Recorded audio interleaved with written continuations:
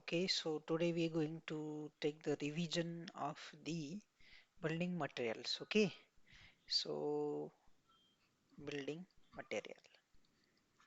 So in that building material, so what we going to learn first, as we know that we putting the heading building material. So in that the building material, the first is that we know that the cement. Cement without cement, civil engineering is not possible. It is possible because there are some substitutes to the cement also.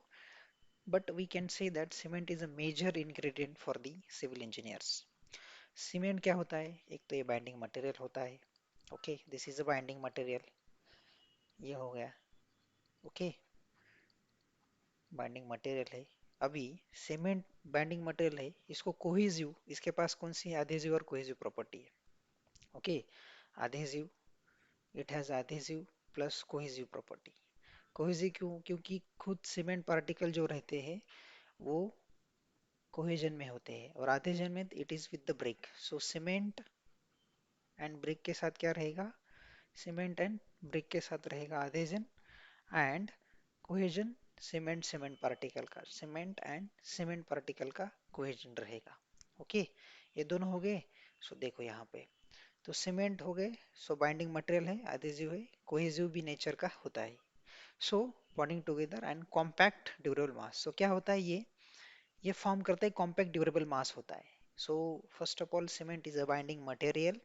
It has cohesive and adhesive property, and it is capable of bonding together, okay, material, bonding together material and form the compact mass. अभी second, अभी ये तो हो गया.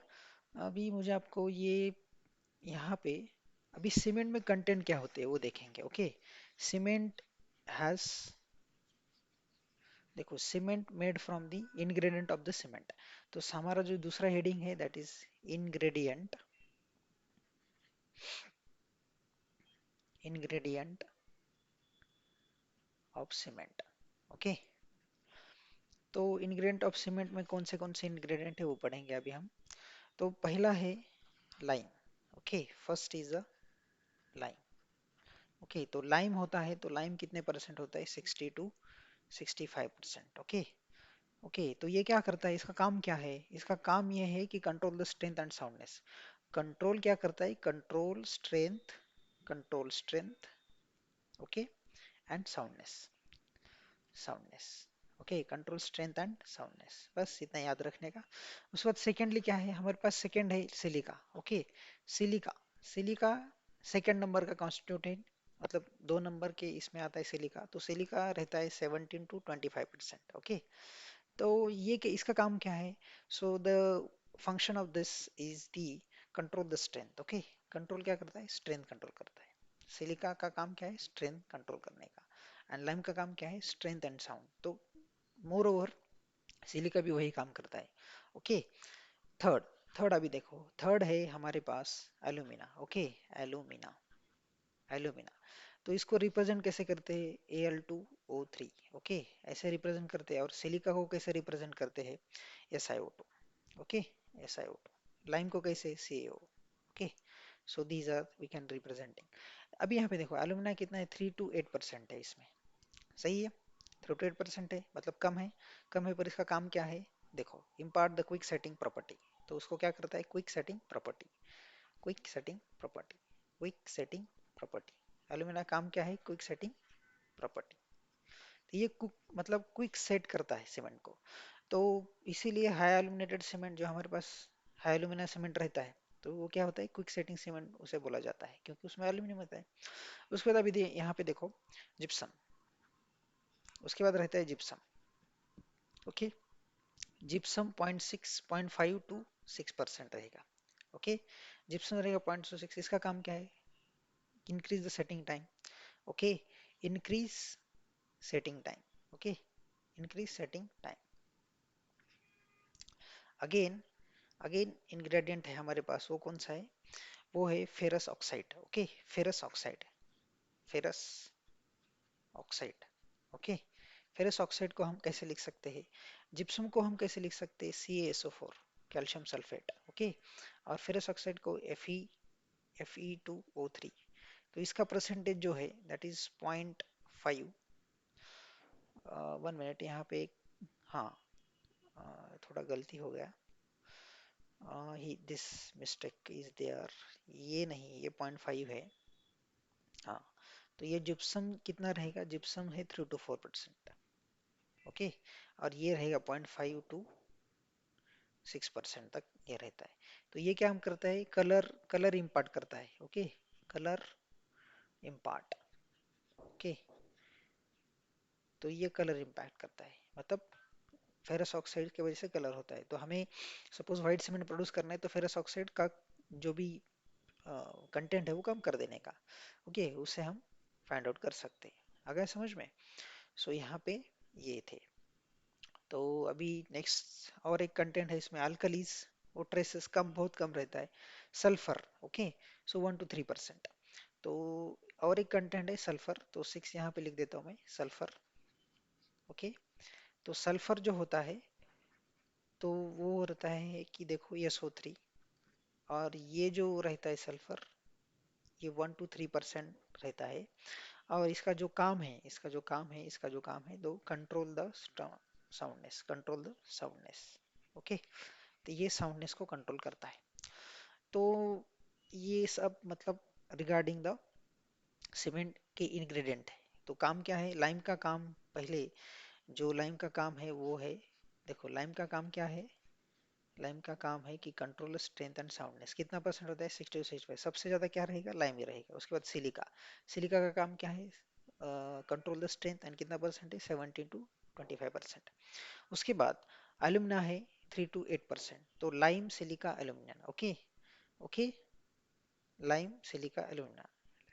Okay, उसके बाद gypsum है 3 to 4%। Ferrous oxide face impart the colour. तो कलर इम्पार्ट करने का काम क्या कौन करता है, that is the ferrous oxide. उसके बाद रहेगा sulphur and alkalies are there, so बहुत कम होते हैं। Okay, because alkali aggregate reaction form होता है, एफ्लोरेंसेस फॉर्म होते हैं, इसीलिए एग्रीगेट वो बहुत कम भी होना चाहिए उसमें। ओके, ये तो हो गया इंग्रेडिएंट। नाउ हम पढ़ेंगे बोगिस कंपाउंड। अभी बोगिस कंपाउंड क्या होता है, सो देखो अभी की जो इंग्रेडिएंट मटेरियल रहता है, मतलब जब सीमेंट क्लीन में बर्न किया जाता है तो सीमेंट फॉर्मेशन होता रहता है।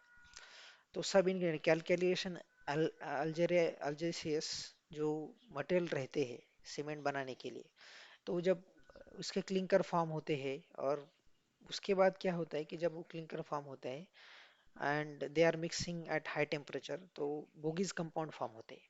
ओके, तो वो बोगीज कंपाउंड हम पढ़ेंगे। सो बोगीज कंपाउंड तो क्या होते हैं, तो यहाँ पे हम ऐसे लिख सकते हैं बोगीज कंपाउंड। ओके, ओके, और बोग कंपाउंड ऐसे भी लिख सकते हैं, bogies compound and cement. Okay, चलो, तो ये है बोगीज कंपाउंड एंड सीमेंट। तो हम पहले बोगीज कंपाउंड देखेंगे कि कौन से होते हैं। तो first of all bogies compound जो रहते हैं, try calcium, try calcium,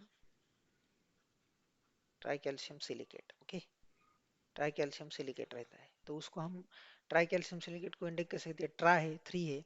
okay, सो उसको हम 3CaO, okay, SiO2। So this is the try calcium silicate. इसे हम एलाइट भी बोलते हैं, एलाइट। ओके, इसे हम एलाइट भी बोलते हैं। तो ये इसका प्रोपोर्शन जो रहता है that is 30 to 35%। Okay, responsible early strength and high heat of addition. तो ट्राई कैल्शियम क्या करता है कि, क्या काम है इसका, कि it is early strength. Okay, responsible for early strength and high heat of addition. Okay, early strength and high heat of addition.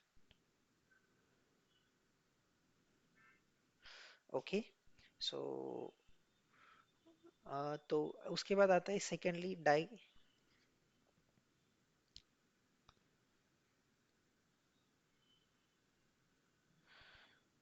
हाँ, तो यहाँ पे हम सेकेंड जो इंग्रेडिएंट है हमारे पास, सो डाई कैल्शियम सिलिकेट। ओके, तो उसको रिप्रेजेंट करने के लिए हम कैसे करेंगे, डाई मतलब two, so that is 2ACAO and SiO2।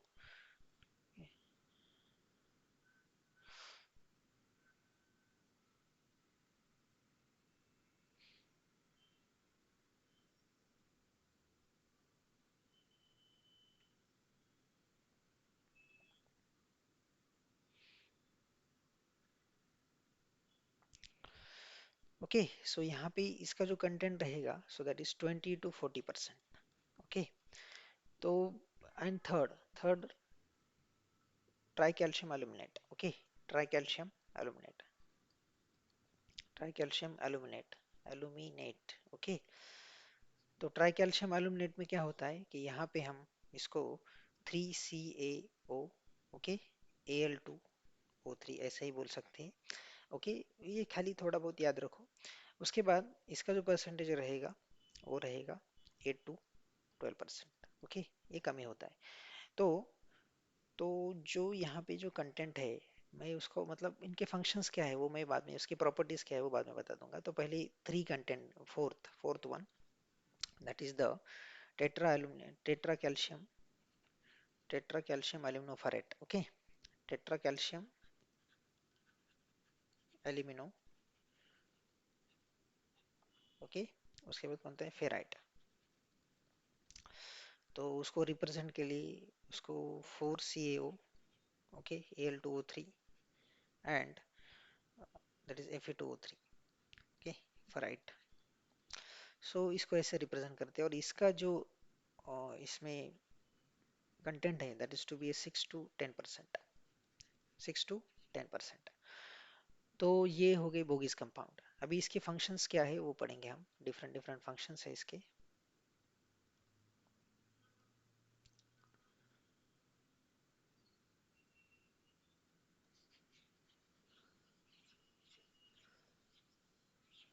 Okay, तो वो पढ़ेंगे क्या है बोगिस कंपाउंड के फंक्शंस, मतलब प्रॉपर्टीज क्या होती है, क्यों इसको ये किया जाता है।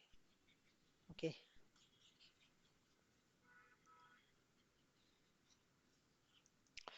तो चलो अभी देखते हैं।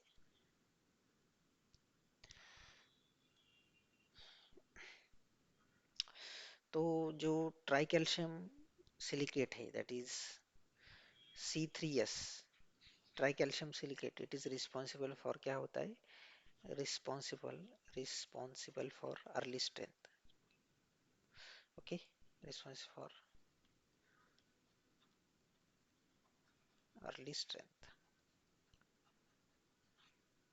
ओके, लेकिन C2S, C2S जो है वो किस कब काम आता है, that is responsible for early strength के लिए है, और heat of hydration, high heat of hydration भी बोल सकते हैं। Secondly high heat of hydration,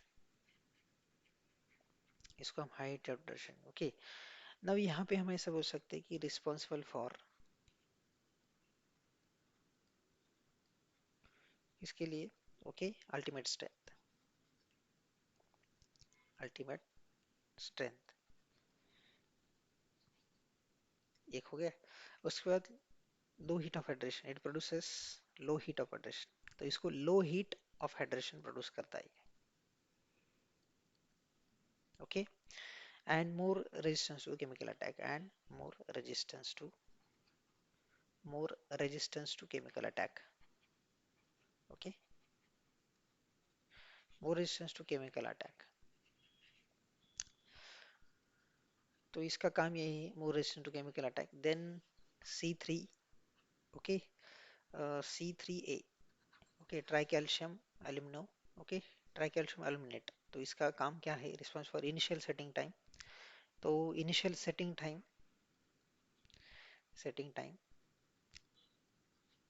quick setting हमने पढ़ा था कि एल्यूमिनियम बढ़ गया तो क्विक सेटिंग सीमेंट हो जाता है, इसीलिए इनिशियल सेटिंग टाइम टाइम इस पे ऊपर डिपेंड रहता है। Okay, and highest heat of hydration flash setting. Okay, तो फ्लैश सेटिंग में ये मतलब ये ज्यादा हो गया तो फ्लैश सेटिंग जल्दी से हो जाता है, फ्लैश सेट हो जाता है कॉन्क्रीट। ओके, तो उसके बाद है हमारे पास C3AF, ट्राई कैल्शियम एल्यूमिनोफेरेट। तो इसका जो काम है, ओके, इसका काम क्या है, इसका काम है कि poor cementing value and responsible flash setting. इसके पास पुअर सीमेंटिंग वैल्यू रहते, poor cementing value, but it will, okay, responsible, ये रिस्पॉन्सिबल होता है flash setting, but it is responsible for flash setting. तो इसका भी काम वही है और इसका भी वही है, बिकॉज उसमें भी एल्यूमिनियम है थोड़ा बहुत, तो इसके लिए वजह से responsible for the flash setting. Okay, हो गया। तो ये सब मतलब फर्स्ट ऑफ ऑल C3 है ट्राई कैल्शियम सिलिकेट, तो responsible for the earliest strength, okay, and high high heat of hydration provide करता है। C2S this is ultimate strength के लिए काम करता है और लो हीट ऑफ हाइड्रेशन होगा। उसके बाद initial setting time C3 it provides the initial setting time, okay, higher मतलब जल्दी सेट हो जाता है और more responsible for the chemical attack, okay. So more resistance to the sorry response केमी रेजिस्टेंस है केमिकल अटैक के लिए। उसके बाद आता है C3 tri calcium aluminoferrite, so poor cementing value रहती है इसके पास और responsible for the flash setting. आ गया समझ में? तो ये हो गया, ओके। नाउ हम पढ़ेंगे सीमेंट के, तो ये कंपाउंड हो गए। अभी सीमेंट के बाद हम टाइप ऑफ सीमेंट पढ़ेंगे, okay. Type of cements,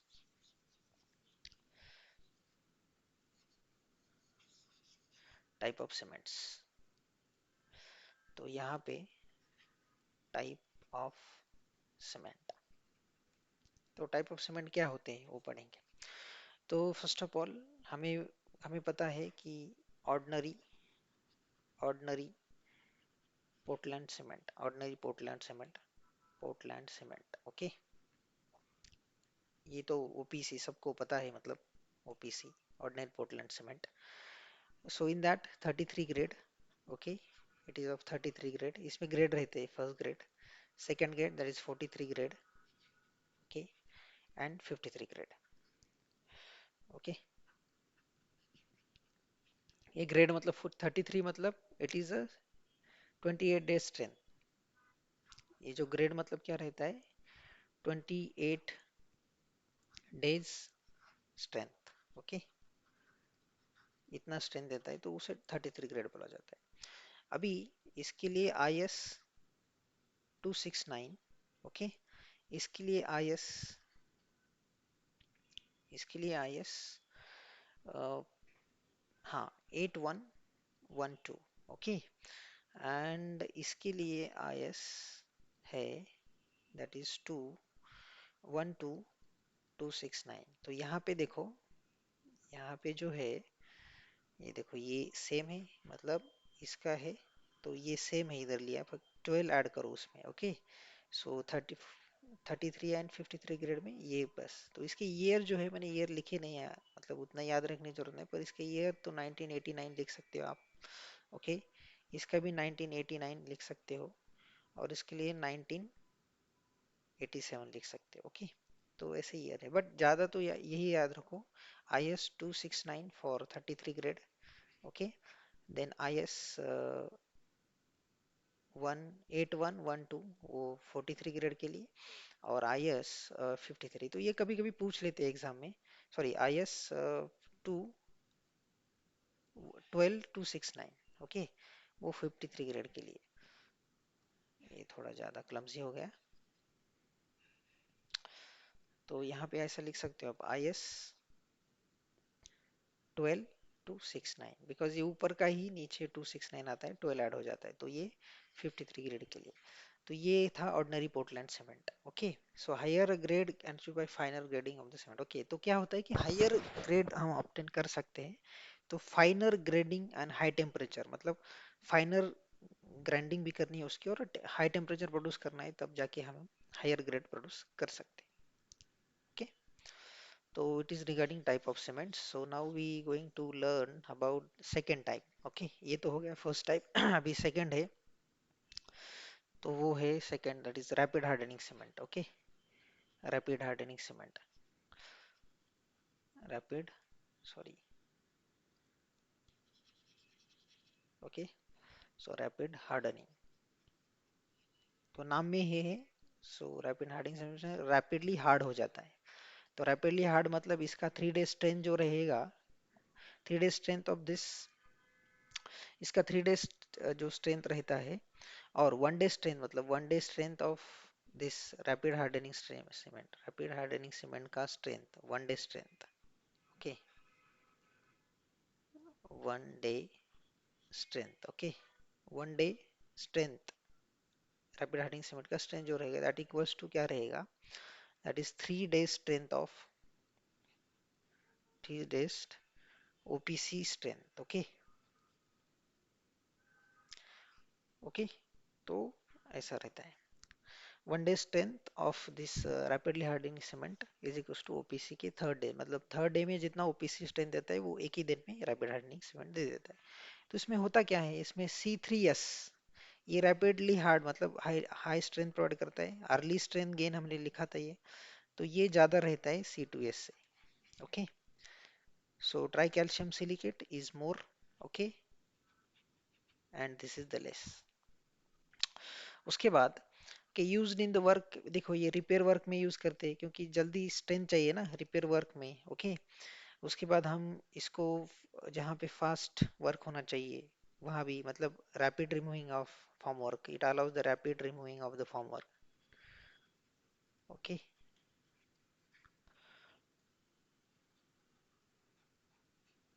okay, repair works में यूज कर सकते हैं। Okay,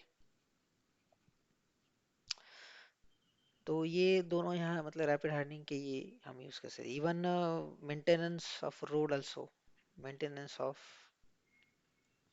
maintenance of road work, okay, by using rapid, because it is we have to just allow the traffic movement, okay, early traffic movement, so that's why rapid hardening cement we going to use for that, for this kind of purposes। okay, now हम पढ़ेंगे अभी उसके बाद है लो heat cement. Okay, ये जो cement है ये एग्जाम में पूछे गए हैं कि इसका काम क्या है, why it is to be. Okay, तो चलो अभी low heat cement, low heat cement, अभी लो हीट मतलब it produce the low heat, मतलब इसका काम क्या है, ये सीमेंट मतलब हीट बहुत लो लेस प्रोड्यूस करता है, less production of heat, less production of heat. तो अभी कहा देखो मास कॉन्ट्रैक्ट कंक्रीटिंग होता है डैम में, लेस प्रोडक्शन ऑफ हीट, तो डैम में ऐसा सीमेंट यूज कर सकते, तो यूज कहाँ कर सकते हैं, डैम। ओके, डैम में यूज कर सकते हैं। Okay, used eight dam site. Okay, because mass concreting है यहाँ पे, मास कॉन्क्रीटिंग होता है। ओके, तो मास कॉन्क्रीटिंग होता है, इसकी वजह से क्या होता है, हीट प्रोड्यूस होने से ज्यादा चांसेस रहते हैं, इसीलिए उसको हम वहाँ पे डैम में यूज करते हैं। ओके, तो इसमें देखो इसमें रहता है, अभी अर्ली स्ट्रेंथ तो नहीं चाहिए, अल्टीमेट स्ट्रेंथ चाहिए, मतलब यहाँ पे तो C3S ये कम होगा C2S से। ओके, मतलब यहाँ पे C2S ज्यादा होगा। ओके, तो लो हीट सीमेंट बन जाएगा वो, तो C2S मतलब it is contributing to the ultimate strength. Okay, and highly strength नहीं मिलेगा, थोड़ा स्लो ही प्रोसेस हो जाएगा, इसीलिए लो हीट सीमेंट, और it is used in the mass concreting work. Okay, so retaining wall भी यूज कर सकते हैं हम, तो अगेन इसको रिटेनिंग वॉल पे, अबटमेंट्स पे, okay, retaining walls, okay, then abutments, okay, ऐसे यूज कर सकते हैं हम। ओके, तो ये हो गया। उसके बाद ultimate strength is practically the same, मतलब उसकी अल्टीमेट जो स्ट्रेंथ रहती है प्रैक्टिकली सेम रहती है ओपी की ओपीसी जैसा ही। ओके, मतलब जितना ओपीसी का अल्टीमेट स्ट्रेंथ रहेगा तो उतना ही सेम रहेगा। Rate of gain of strength in earlier days it is low, but ultimate strength is same. Okay, even it is low heat of hydration. Okay, तो ये क्या करता है, ये प्रोड्यूस करता है लो heat of hydration. Low heat of hydration मतलब क्या है, low heat gaining capacity, sorry low gaining of the strength, अगर समझ में, तो ये होता है। चलो अभी आगे जो सीमेंट है हमारा, तीन सीमेंट हो गए, अभी हम ये थोड़ा रिवीजन है इसलिए ज्यादा डीप नहीं, कुछ नहीं, मतलब ऊपर ऊपर के पॉइंट हम पढ़ लेंगे। उसके बाद blast furnace slag cement. Okay, blast furnace slag cement. Okay, तो यहाँ पे स्लैग यूज किया जाता है इसमें, और इसका आईएस कोड थोड़ा याद रखो, मतलब मैंने पहले वाला कभी आईएस कोड नहीं लिखा था, आई मतलब कौन सा कोड यूज करते। सो रैपिड हार्डनिंग के लिए, रैपिड हार्डनिंग सीमेंट के लिए हम आईएस कोड 8041 यूज करते हैं। Okay, IS IS 8041, okay, for rapid hardening cement के लिए। लो हीट सीमेंट के लिए, लो हीट सीमेंट के लिए हम जो आईएस यूज करते हैं, आईएस कोड यूज कर सकते हैं वो 12600। ओके, 12600 ये कोड हम यूज करते हैं। ओके, 12600 लो हीट सीमेंट के लिए, तो ये याद रखो, लो हीट सीमेंट और रैपिड हार्ड सीमेंट के लिए। तो ब्लास्ट फर्नेस स्लैग के लिए हम कौन सा आईएस कोड यूज करते हैं, तो that is IS 455। Okay, IS 455 हम कहीं कहाँ यूज कर सकते हैं? IS 456 ये हम 2000 या आरसीसी के लिए यूज कर सकते करते हैं, okay. But it is IS 444, IS 55, sorry. So rapid होता है, मतलब इसमें क्या होता है कि ब्लास्ट फर्नेस स्लैग यूज कर सकते हैं। सो तो क्या होता है, एक ग्लासी ग्रैनुलर सब्सटेंस रहता है प्रोडक्ट, ओके। ग्रैनुलेटेड ब्लास्ट मतलब एक ग्लासी सब्सटेंस रहता है, ग्रैनुलेटेड जैसा, मतलब ग्रैनुलेटेड मतलब थोड़े ग्रेन साइजेस रहते हैं, ओके। और ये क्या होता है, इसके ऑक्साइड्स की लाइम के साथ मतलब रिएक्ट हो जाते हैं सिलिका एल्यूमिना के साथ और फॉर्म हो जाता है, ओके। सो ब्लास्ट फर्नेस स्लैग सीमेंट। इसके बाद हमारे पास है पोर्टलैंड पोजोलाना सीमेंट। वो भी बहुत इंपॉर्टेंट है। आप बहुत जगह सुनते हैं Portland pozzolana, okay. Pozzolana cement. तो क्या होता है पोजोलाना मटेरियल, मतलब हमारे हमें हमें जो फ्लाई इश्यूज कर सकते हैं, ओके। सो पोजोलानिक मटेरियल के पास कहते हैं नो सीमेंटियस प्रॉपर्टी रहती है, मतलब नो सीमेंटियस प्रॉपर्टी, ओके। सीमेंटियस प्रॉपर्टी नहीं होती, नो सीमेंटियस प्रॉपर्टीज, ओके। बट होता क्या है, इट अभी क्या होता है कि सीमेंटियस तो प्रॉपर्टी नहीं है, बट जब वो वाटर के साथ मिक्स हो जाता है it gives the cementitious property. But when it is mixed with when it mix with when it mixed with water, it shows cementitious property, it shows cementitious properties। तो वो तब cementitious property शो करता है, okay.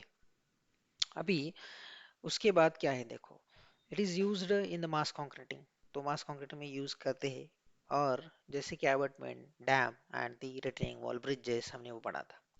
So this cement has less heat of attraction. तो इसको क्या करता है कि लेस क्यों हमें वहां पे यूज कर रहे हैं, तो पीपीसी, और इससे बोलते हैं पीपीसी। तो पीपीसी मतलब Portland pozzolana cement, PPC, okay. तो पीपीसी का जो ये है IS code, that is 1489, okay. 1489 1991, ये आप लिख सकते हो, ओके। तो ये हो गया 8 19। अभी यहाँ पे देखो कि ये हो गया। So this cement has low heat of addition, ये भी पढ़ लिया हमने। उसके बाद lower rate of early strength, तो अर्ली स्ट्रेंथ लोअर हो जाएगा, okay, as compare to, but ultimate strength तो सेम होगा, मतलब ओपीसी से थोड़ा कम गेन स्ट्रेंथ अर्लियर गेन करेगा, बट जो भी अल्टीमेट स्ट्रेंथ है वो तो सेम ही रहेगा, ओके। तो ये मास कंक्रीटिंग में यूज किया जाता है, थोड़ा हीट भी रिड्यूस होता है, ओके। और थोड़ी स्ट्रेन गेनिंग कैपेसिटी और हीट ऑफ हाइड्रेशन कम है in early days, so that's why it is in the. हम यहाँ इसको कहाँ यूज कर सकते हैं, तो जहाँ पे ज्यादा हीट, मतलब ज्यादा समर्स भी हाई, मतलब ज्यादा टेम्परेचर होता है उस एटमोसफेयर में इसको यूज कर सकते हैं। और मास कंक्रीट में तो यूज करते ही है। No super sulphate cement, okay. Super sulphate cement हम पढ़ेंगे। Super sulphate.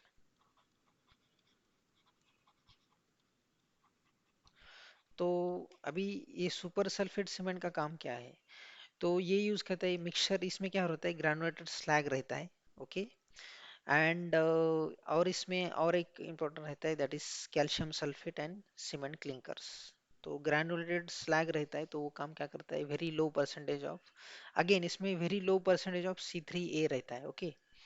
Highly resistance toward the sulphate attack. First of all it is used resistance to sulphate attack. Sulphate attack resistance के लिए you use करते हैं, सल resistance to sulphate attack, okay. इसके पास लो heat of hydration है, yes, हाँ, लो heat of hydration है। उसके बाद इसको और हम यूज्ड फॉर मराइन वर्क्स।